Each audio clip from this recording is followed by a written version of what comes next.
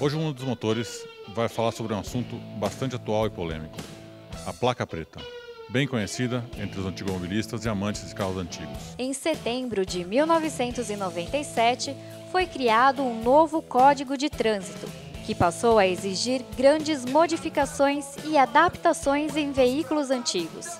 Assim, as relíquias perderiam suas características por completo.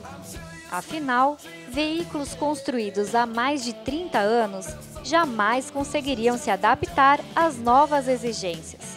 Por isso, todos os esforços foram feitos para se conseguir uma legislação específica para os carros de coleção. Como é que é essa questão da placa preta? Como é que são as leis? Como é que se regulamenta? Como é que se coloca a placa preta num veículo antigo? Primeiramente, existem algumas regras para o veículo ser enquadrado numa placa preta. Ele tem que ter, no mínimo, 30 anos de fabricação e estar em boas condições. Um avaliador de um clube federado ou do Denatran, ele vai na garagem do proprietário, faz a vistoria. Se o carro bater 80 pontos de originalidade, ele ganha o certificado de originalidade e apto a ganhar a placa preta. 80 pontos, então, equivalem a 80% do carro em estado de conservação original, como ele saiu da fábrica. Exatamente. É vistoriado desde faróis, lataria e pneus até, para a gente ver como é criterioso. Muito bacana. E isso não importa a marca do carro, se ele é importado, se ele é nacional, como é que se divide ou existe alguma exceção? Não existem exceções. Existem itens da legislação da placa preta que exclui o carro. Por exemplo, um carro que é uma réplica, por mais que é uma réplica feita há 30 anos, ela é excludente. Um dos exemplos. A placa preta é uma espécie de certificado de originalidade e foi criada a partir da publicação da Resolução 56 do CONTRAN em maio de 1998. Foi conseguida após muito trabalho e vários requerimentos junto a diversas autoridades, como o Ministério da Justiça e dos Transportes e do presidente Itamar Franco.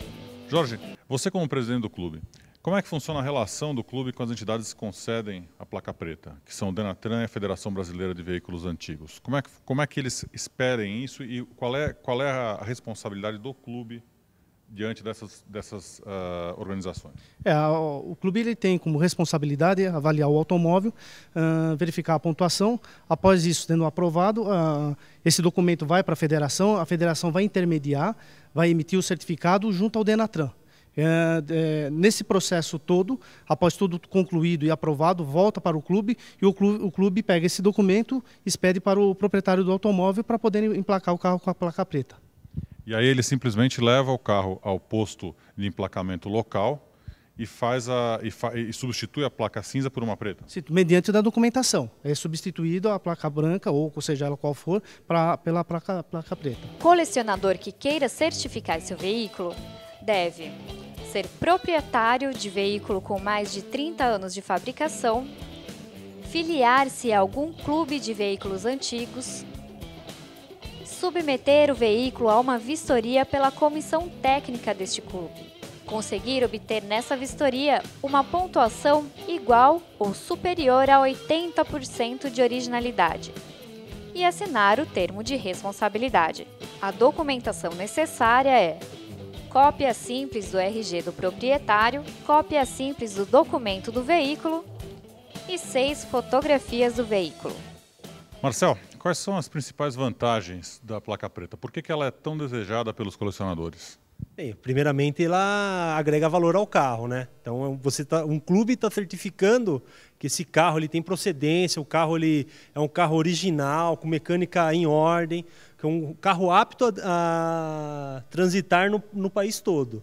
Outro benefício, se ocorrer alguma lei que legisla contra cinto de 3 pontos, por exemplo, você está isento dessa lei, né? Algo que aconteceu um tempo atrás, por exemplo. Tem que ser um original de época, então. Exatamente. E o carro pode ter um item que não esteja de acordo com a regulamentação comum dos carros atuais e ainda assim ser tolerado. Exatamente. Se ocorrer do governo criar uma nova lei que todo veículo nacional tenha que utilizar, por exemplo, cinto de 3 pontos, um carro antigo está isento dessa legislação.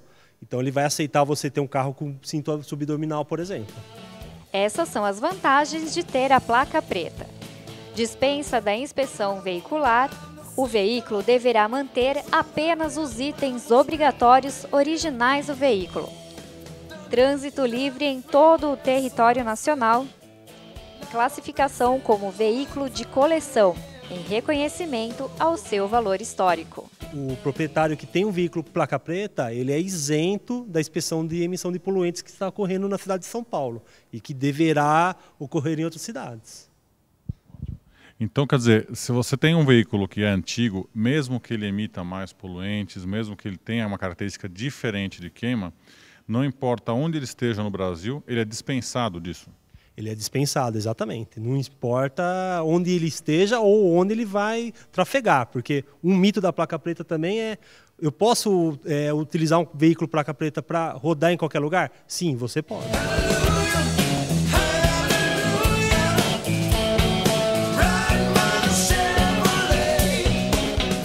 Como é que é o momento da vistoria? O que acontece na hora em que se vai fazer a vistoria? O apropriado é o carro estar num lugar fechado, né?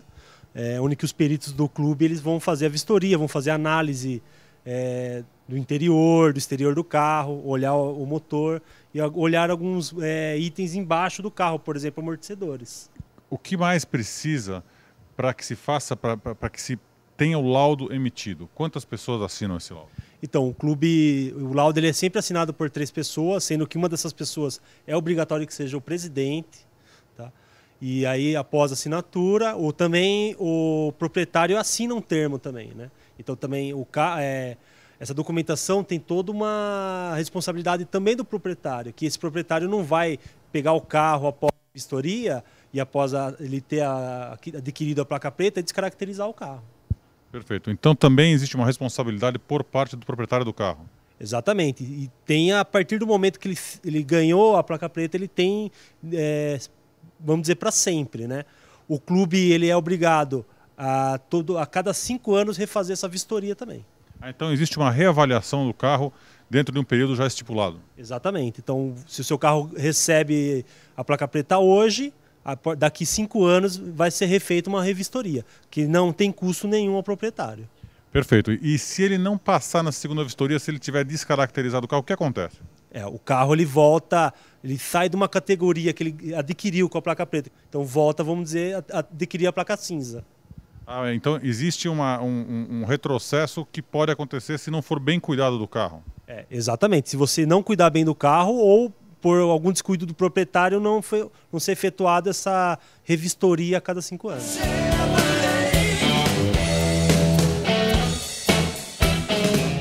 Wagner, como é que funciona a parte financeira disso? Quanto custa para o proprietário ter uma placa preta?